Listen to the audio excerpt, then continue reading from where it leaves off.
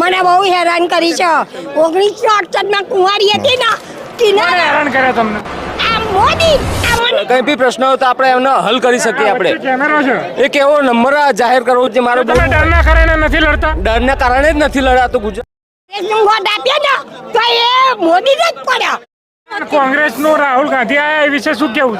એ વિશે તો અત્યારે હું ભગવાનને બહુ રોજ પ્રાર્થના કરું છું યમુનાજીનો હા. કે સોનિયાજીને હું કહું છું કે એમનો રાહુલ ગાંધી સંજય ગોધીજી મને હેરાન કરવા માંડી છે. બેન, 1968 થી દતાઉરી મને બહુ હેરાન કરી છે. બેન, એ વાત હું શું અને કહું છું? અત્યારની તારીખમાં કોણે કિનારા હેરાન કર્યા તમને? આ મોદી આ મને પહેલી તારીખે દજાડે છે યાંત્રિક બધી વિદ્યા કરી મારા છોકરાને પૈવા નહીં દીધો 51 નો થયો. કોણે પહેરવા નહીં થતો? મોદીજી? હા એ યાંત્રિક વિદ્યા પહેરેલો નહીં એટલે તમને નહીં નહીં એ તો પહેરેલો છે. મોદીજીએ યાંત્રિક વિદ્યા કરી તમારી ઉપર? હા આ મારો છોકરાને આ મોદીજીએ દજાડે તમને? મારી વાત કરો એ મશીનોથી બધું કરે છો અને અત્યારે એમ કહે છે કઈ મારી જોડી આય મારા લગ્નના ફોટા છે ને એ દિવ્ય ભાસ્કરમાં કરી અને એ જૂઠું હું 19 જિલ્લાની લીડર હતી ઇન્દિરા જોડે ગયેલી. તમે પૂછી જજો 19 જિલ્લા હતા અને બોરસદ ખેડા જિલ્લામાં બી નોકરી કરી બાલ મંદિરમાં અને હજી મને 3 મહિનાનો પગાર નહીં આપ્યો. એમ કહું છું તમે એવું તો એમને શું દુઃખ આપી દીધું, તકલીફ આપી તો એવું કરે? અમે બીજાને વોટ આપીએ એટલે એને ઈચ્છા આવો પણ તમને તમારી ઉપર જ કેમ તાંત્રિક વિધિ કરી? બધાયની જોડે કરી છે બહુ મોટી મારી ઉંમરની બધી 2000 છોકરીઓ મરી ગઈ. મારી બાલ મંદિરની છોકરીઓને અત્યારે ઓગણવાડીઓ કરી દીધી એની અંદર આ બધું થયું છે અને જે એમ કહે છે કે હું તને મારી નાખીશ. કોને કહે છે? મને કહે છે કોણ? એ ટાર્ગેટ કરી કોણ મારી નાખવાની એ છે? જ કોણ પણ? આ છે આતંકવાદી કોણ આતંકવાદી? બોલી જી, શું નામ આપનું? જસુભાઈ પરમાર, રાણીપુરા, મહેસાણા જિલ્લો. હું ઉપપ્રમુખ છું. હું હા, પાછળ. સાંભળો. હા. જસુભાઈ પરમાર મારું નામ. એટલે હું આજે જે કાર્યક્રમમાં આવ્યો છું તો એમાં રાહુલ ગાંધીનો મેં પહેલાં બી આપણે લગભગ બધાને ખ્યાલ છે કે એમનો નારો છે ડરો મત લડો.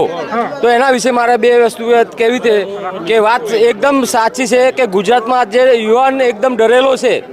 એક તો ચલો નશાની વાત તો કરીએ કે જે નશો ડ્રગ્સ છે ઘૂસણખોરી થઈ રહી એની વાત અલગ છે પણ મારે એક ડરોમત વિશે કહેવું છે કે આજનો શું કેવું ડરો મત? ક્યારનો ડરો મત? ડરોમત એટલે એમ કે હું જે કંઈક આપણે જે કંઈ સાચી વાત કરવા કે કંઈ ગમે ત્યારે જઈશું અથવા તો ક્યાં સુધી ડરતા હતા તમે? હા ડરેલા છીએ. ડરેલા છે? એ ભાજપ સરકારથી ડરેલા છીએ એવી રીતની છે કે હું આજ તમારી સામે હું કદાચ રાહુલ ગાંધી ના પાડે કે નહીં ડરો તો જ નહીં ડરવાનું, બાકી અંદરથી એવું ના થાય કે મારે નહીં ડરવું. એના માટે પ્રોડક્શન નથી મળતું અમને સાહેબ. એવી મારી એક એવી નમ્ર વિનંતી કે આના ઉપરથી એક કંઈક એવો પેલો નંબર આપવો જોઈએ કે જેનાથી એક આપણે કોલ કરી શકીએ એટલે આપણે કંઈ બી પ્રશ્ન હોય તો આપણે એનો હલ કરી શકીએ. આપણે કેમેરો છે. એક એવો નંબર જાહેર કરવો જોઈએ રાહુલ ગાંધીએ કે જે નંબર આપણે કોલ કરીએ એટલે ગમે ત્યારે ગમે તેવી પરિસ્થિતિમાં આપણે જે ડર જેવો માહોલ ઊભો થાય તો તરત આપણને કંઈક પ્રોડક્શન મળવું જોઈએ. બાકી મને તમને એવું લાગે ગુજરાત કોંગ્રેસના પ્રોટેક્શન નહીં મળતું? નથી મળતું.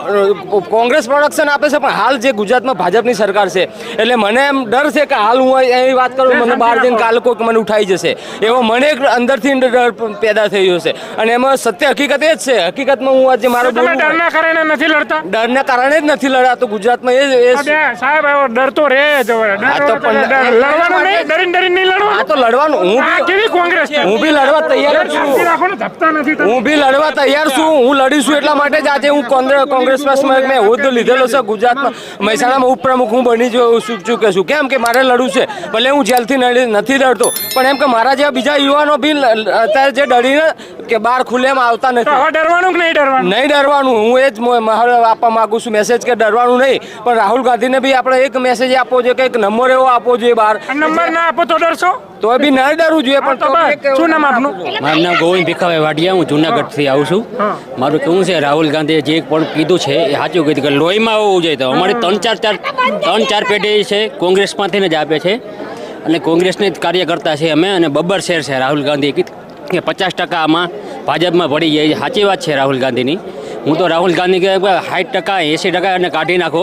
આ સુધી કદડો નીકળી જવો જોઈએ. આ તો કોંગ્રેસ ખાલી નહીં થઈ જાય? ખાલી નથી જાય. નવા યુવાનને તક આપો, જવાન છોકરાઓને તક આપો, યુવાન લોકોને આપો, મહિલાને તક આપો. મારું કેવું છે શું લાગે છે રાહુલ ગાંધી એ બધાને કાઢી નાખશે તો સરકારમાં આવશે? હા, આપણે 100% આવશું. આપણે મહેનત કરવું પડશે. અમારા જુનાગઢની હમણાં મહાનગરપાલિકાની ચૂંટણી થઈ, એમાં 11 સીટ આવી કોંગ્રેસની. એમાં અમારા વોર્ડમાં મંજુલાબેન પરસાણા, 6 નંબરમાં હરેશ લલિતભાઈ પરસાણા આવ્યા છે. એટલે એનું કેવું છે કે ભાઈ અમારા જુનાગઢમાં બહુ સારું વિરોધ પક્ષના બરાબર.